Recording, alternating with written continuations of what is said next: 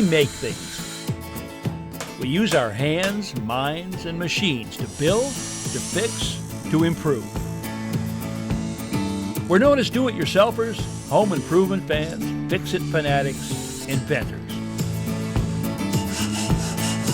At our core, though, we're all makers. So let's jump in and make something. Sometimes what it takes to get started on a home improvement project is a little encouragement from someone else. That's what inspired me to tackle a job I've been putting off for quite a while, reglazing my 35-year-old windows. After I finished with that, I head to the Great Northwest to help an Olympia, Washington couple give their home a bit of a lodge look with the addition of a post and beam detail to their family room. Good stuff. Stick with me.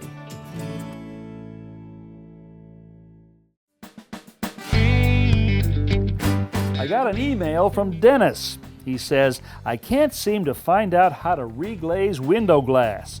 The old putty on each pane is hard and brittle. Well, Dennis didn't wait around for me to get back to him. He went ahead and did the job himself, and he says the results turned out great. In fact, he goes on, this is one of those mysterious jobs that we would pay someone a lot of money to do. When the job is done, I thought, this is just too simple. No harder than making an apple pie. Well, Dennis, thank you for the email. I'm going to incorporate some of your suggestions with my own experience because I've got a window out there that's definitely in need. Well, I'd say this window is a real good candidate for reglazing. Now, the first step in this job is to remove the old material. There are several ways you can do that. I'm going to show you a few and pick the one that works best for you. I'm going to start with a very stiff putty knife.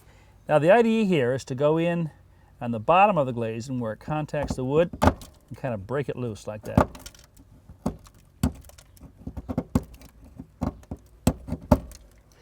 Now it helps to file a sharp edge on the end of your putty knife.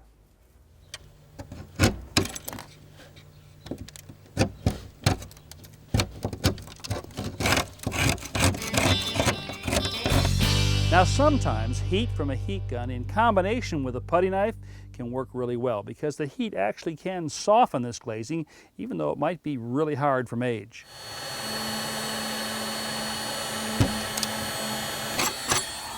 Now you can see this works really well. One note of caution here, be careful not to overheat the glass because you can crack it.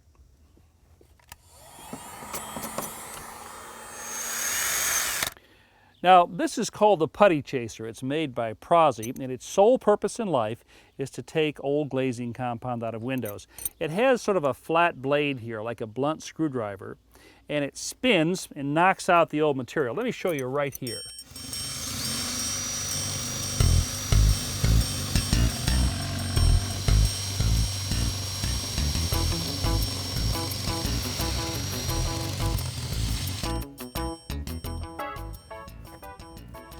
Well, I got all of this old glazing cleaned off, but I got into a little bit of a rush right here and I cracked a pane. So I put some duct tape on here to keep it from shattering. I'm going to take this out now and replace it. When I'm removing broken glass panes, I protect my hands with leather or Kevlar gloves and my face with a plastic shield. With the masking tape in place on both sides, I tap the glass with the end of my putty knife just enough to make it shatter.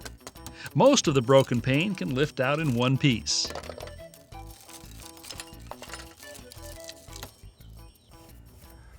Well, I've got that pane of glass out and we're just about ready to replace it and put our window glazing in.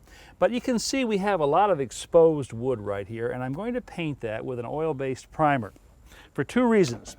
First of all, this wood is very old and very dry and I don't want it to draw the oil out of the glazing prematurely, cause it to crack and shrink. Secondly, anything that's exposed here, I want to weatherproof and seal it, and the primer will do that.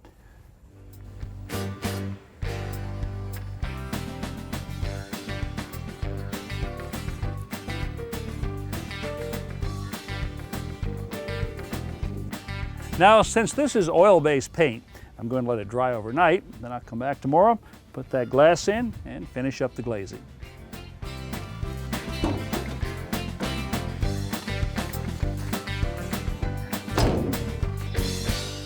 Now, truth be told, most often I just take my measurements down to the hardware store or the glass company and have them cut glass for me. But there are times when I do like to cut my own. So I'm going to do that now, and maybe you'll pick up some tips here that you'll find useful.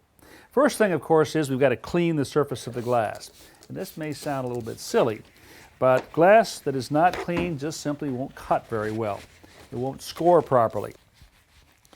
Now I'm going to make my measurements. The width was 8.5. And 8.5 up here.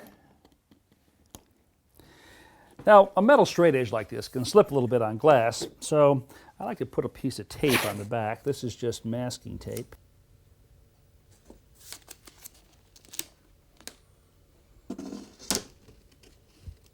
All right, we're lined up. I'm just going to draw a mark down through here. Now it's time to cut, or actually score the glass. This is a glass cutter. The way I hold this, with these teeth or notches facing downward, I place my first finger about right here, and then tip it up at about this angle.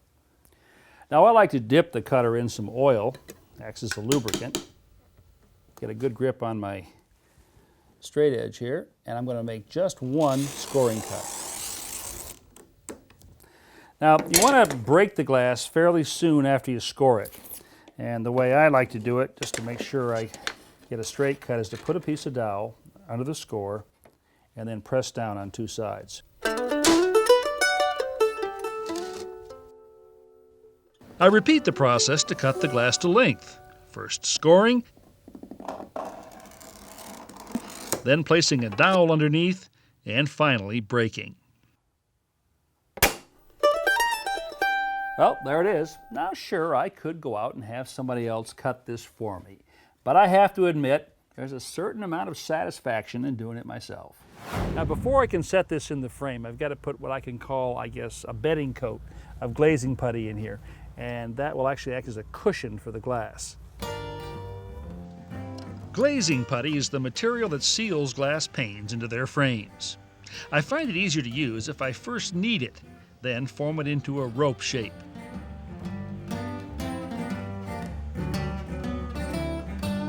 Next, I lay the putty into place with my fingers.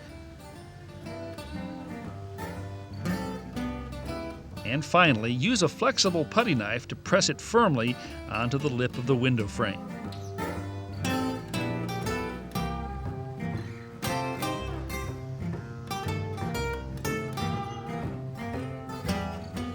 I set the glass pane in the bed of putty and press around the edges to make sure I get a good seal.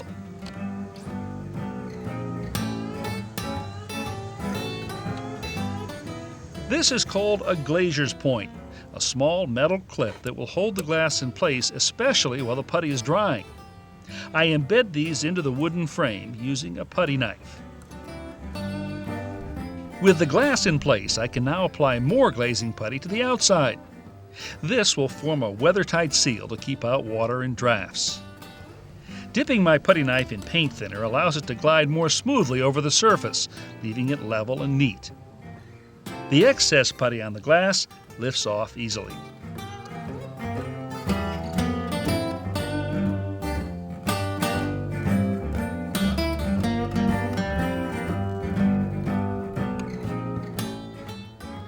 Now, this is a product I haven't tried before, window glazing in a caulking tube. Let's give it a shot. The caulking tube nozzle is designed to lay a bead that's just wide enough for the job. This product is water-based, so that's what I'll dip my putty knife in. The material is also a bit thinner and stickier than glazing putty. I might be better off waiting until it has partially set before trying to remove the excess. That turned out pretty well too. You know, I'm not sure which variety I like. On one hand, the old-fashioned kind cleans up a little more easily, but the caulking tube variety certainly does go in easily. You know what I think? You should try both and then choose the one that you like best.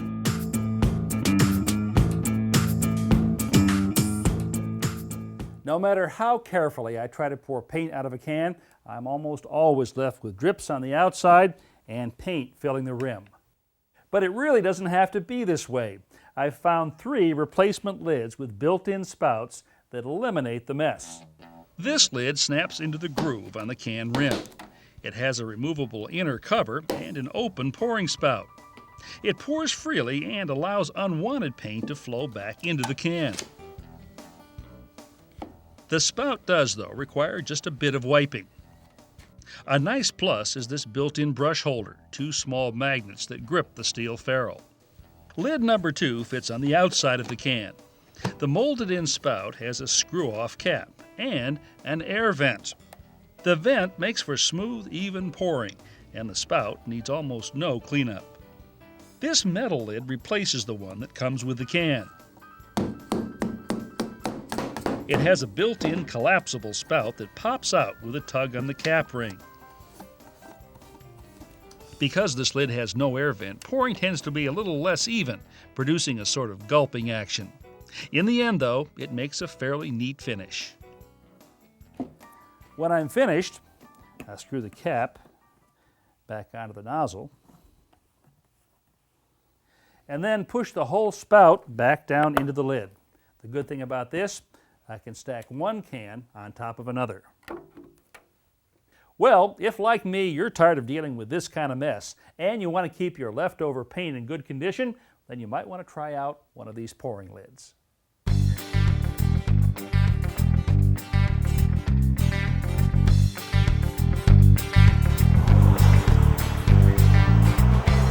Kathy and Tim Podovich have asked me for a hand, so I'm going to pay them a house call.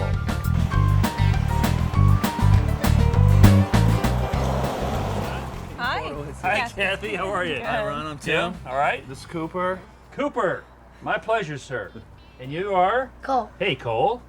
And this would be? Riley Rose. Hey, Riley. How are you this morning? Huh? Say fine. Take a look inside and see the project. Come on in. Ron, this is where we'd like to put the beam up in our living room. Okay. All right. Now, why do you want to do this? Well, we're looking for a little more lodge look. Okay. So this would be like a little bit of touch of rustic. Right. That's what we're looking for. Warm it up. I think that'll do it. It'll also probably divide up these rooms a little bit more, which might make it look good too. Right. That's what we're trying to do. All right. So what are you going to do this afternoon? Go to the movies. Go to the movies? You're not going to be here working with us? To create the rustic look Kathy wants, we'll build 3 elements: a beam, 2 posts, and 2 diagonal braces, often called knee braces. Now these will look authentic, but we're going to trick the eye a bit. Okay, guys, I've set up a bunch of tools here in the backyard.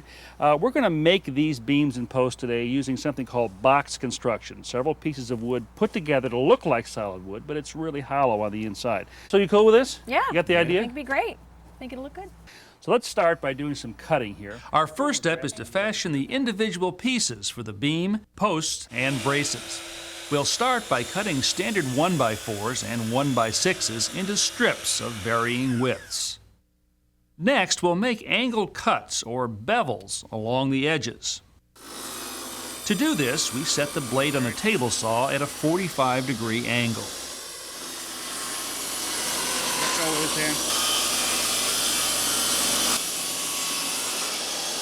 Okay, guys. With the bevels cut on the edges, it's time to measure and mark for length. And let's make this one needs to be 91. Then we make our cuts on the power miter saw. Well, guys, we've cut all the wood for the entire project over here. And now what I want to do is to begin to assemble the pieces. We're going to start with the beam that goes up on the ceiling, and I've got a little mock-up here. This is what it's actually going to look like. I think it would clear things up if we went inside. Let me show you how this is actually going to work, okay? Okay. I'll follow you. It's going to go right up here in the corner, and it's going to give us the look, when it goes all the way across, of that beam. Back outside, we begin assembling our beam, posts, and braces. Yellow wood glue is first applied to the beveled edges. Then the sections are placed together and carefully aligned. Put that right up there. Kind of squish it a little bit. What you want to do is you press down first and then pull a quick pull on the trigger. Okay. Small-headed finish nails, driven in with a pneumatic nail gun, will hold the pieces together until the glue dries. With the beam finished, we move on to the posts that will support each end of the beam. And vice versa. The process is the same, but the shape is slightly different. like a shallow U. Finally, we assemble the knee braces. After nailing them together, they resemble long, hollow boxes. On each end, we make 45-degree cuts, or miters, that will allow the braces to fit snugly between the beam and posts. Okay. Inside, we go to work on the art of illusion. We begin by screwing a strip of 1x4 lumber to the ceiling. Okay, Tim, just push it right up on there. Then, slip a section of our ceiling beam over this cleat and nail it in place. Good. Very nice. Next, we measure the remaining distance to the wall. Cut the next section to length and slip it into See how it's place. in a little further? Yes. Yeah, there you go. That's it. To cover the joint between the two sections, we create a make-believe scab. It's a brace that would have been used to join real beams together. An authentic scab would have had wooden pegs that passed entirely through the beam. Ours are only long enough to enhance our illusion. With the beam up, we turn our attention to the posts. Once again, we start by installing a cleat. Luckily, we find wall studs just where we need them and are able to use wood screws. If we hadn't been so lucky, we'd have secured the cleats with toggle bolts.